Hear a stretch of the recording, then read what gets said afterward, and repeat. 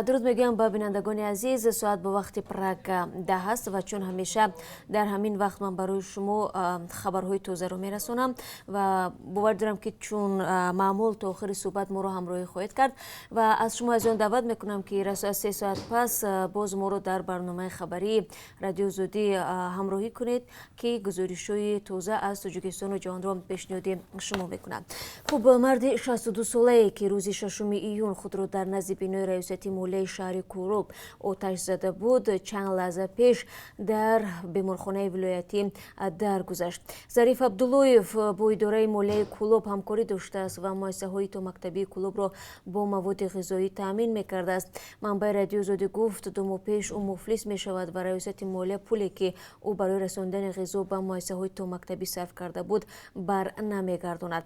از معلومات رسیده اداره موله گویا با او وعده داده است که تامینات را حساب خود انجام بدهد و بعدا پولش را خواهد داد. او از پول قرض این کار را میکند و بارها به اداره موله میآید ولی برایش پول برای صرف و خرج باغچه های پیش بینی شده را نمیدهند. شاهدان گفتند که از در اداره موله او بیرون می شود و اول با یک چند ضرب کرد خودش را زخمی می کند و بعدا آتش می زند. گفتند همصحبتان رادیو زودی پزشکان گفتند که 90% بدن این مرد سوخته بود.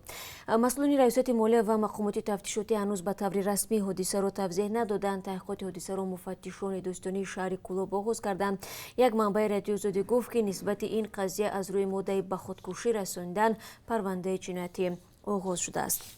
پیوندان یک راننده ماشین بارکش در تاجیکستان از مقامات طلب دارند که جسد او را از زیر خاک و شغل در محل ساختمان نیروگاه راغون زودتر به بیرون بیارند تا با رعایت رسوم دینی دفن کرده شود.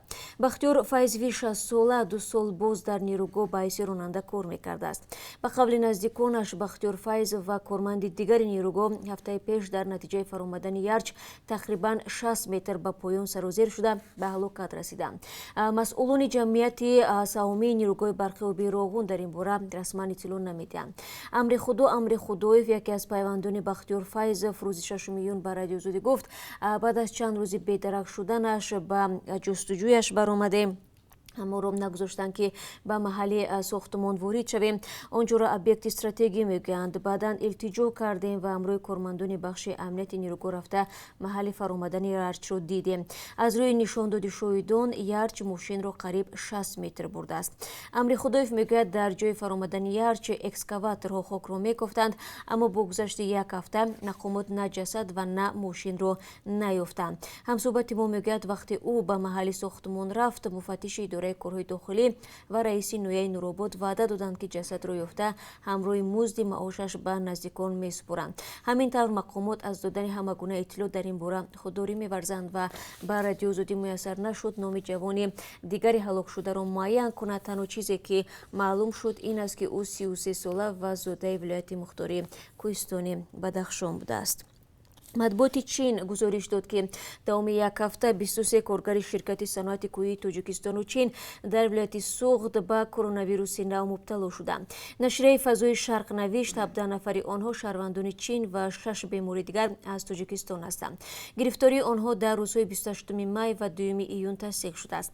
به نوشته این نشریه یکی از بیماران معاون رئیس شرکت صنعت کوهی تاجیکستان و چین است ولی مقامات هنوز خبر را رسما تصدیق و یا رد نکردند. کارگران چین به نشریه گفتند یکی از آشپزهای کارخانه هم گرفتار ویروس شده است و آنها با هدف احتیاط و پیشگیری از گسترش بیماری در آشخانه را موقتا بستند. فعلا جمعیت 3000 نفری کارخانه انتظار جواب تشخیص‌های خود هستند نوشته است نشریه فضای شرقی چین. در شرکت کوهی صنعتی تاجیکستان و چین 3000 کس فعالیت دارند و از این شماره 1100 نفرش چینی می باشند. در برنامه امروز خبری بینندگان عزیز با جنجال مرزی در نویه سوخ ولایت فرغانه رو میاریم که بین تاجیکان و قرقیزها سر زده بود. بحث این مناقشه هنوز ادامه دارد و الکی بعضی مقامداران از وظیفه خود محروم شدند. تفصیلات رو در برنامه پیشنهاد شما خواهیم کرد. расонаҳои Ҳиндустон хабар доданд, ки 5 нафар аз шаҳрвандони ин кишвар, ки ахиран аз Тоҷикистон баргаштанд, мубталои коронавируси нав буданд. Ба навиштаи The New Indian Express, бемор будани ин афрод дар рӯзҳои 4 ва 5 июн дар фурудгоҳҳо ошкор шудааст. Вале гуфтан намешавад онҳо бо парвози мустақим аз Тоҷикистон омаданд ё дар роҳ бо афроди бемор дар тамос буданд. расонаи дигари ҳинду навиштааст, ки онҳо донишҷӯёни риштаи тиб буда дар Тоҷикистон таҳсил мекарданд ва 27 май ба кишвари худ баргаштанд. ба қавли ин манбаъҳо, ин афрод ҳамроҳ ба 12 000 нафари гирифтори COVID-19 дар Ҳиндустон таҳти карантин қарор гирифтанд. Вираҷ Синг, сафири Ҳиндустон дар Тоҷикистон, гуфтааст, ки дар Тоҷикистон 1500 шаҳрванди ҳинд зиндагӣ мекунанд ва тақрибан 1300 нафарашон донишҷӯ мебошанд. пештар расонаҳои Русия асосан вуруди вируси навро аз Тоҷикистон ба Русия ба воситаи шаҳрвандони Тоҷикистон зиёд хабар медоданд ва мегуфтанд беморӣ аз онҳо ба даҳон нафари дигар сироят кардааст. аммо далели дақиқи чунин ҳолат оварда намешуд. дар Узбекистон аз 8 июн дар ин масҷидҳое боз мешавад, ки дар минтақаи сабз ҷой гиранд. дар ин бора дар изҳороти комиссияи махсуси ҷумҳуриявӣ гуфта шудааст. пештар комиссияи давлатии ин кишвар хабар дода буд, ки дар ин масҷиду иттиҳодияҳои дигари динӣ дар минтақаҳои сабз аз 5 июн боз карда мешавад.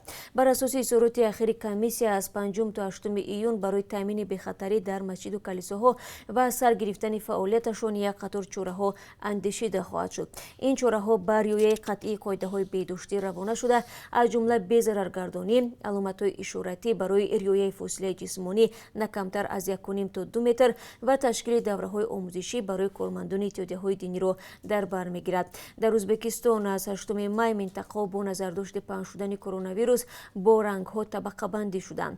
минтақаи аз ҳама хатарнок сурх ва минтақаи озод аз вирус сабз номида мешаванд. ва охири ҳафтаи гузашта ду ҳавопаймо аз Кувайт ба фурудгоҳи Душанбе ёриҳои тиббии мардуми Кувайт ва 12 шаҳрванди Тоҷикистонро овард. вазорати хориҷаи Тоҷикистон мегӯяд, ин 12 шаҳрванд, ки дар Кувайт кору зиндагӣ мекарданд, ба ватан баргашта акнун тибқи талаботи муқаррароти давраи пандемия ба карантин фиристода мешаванд.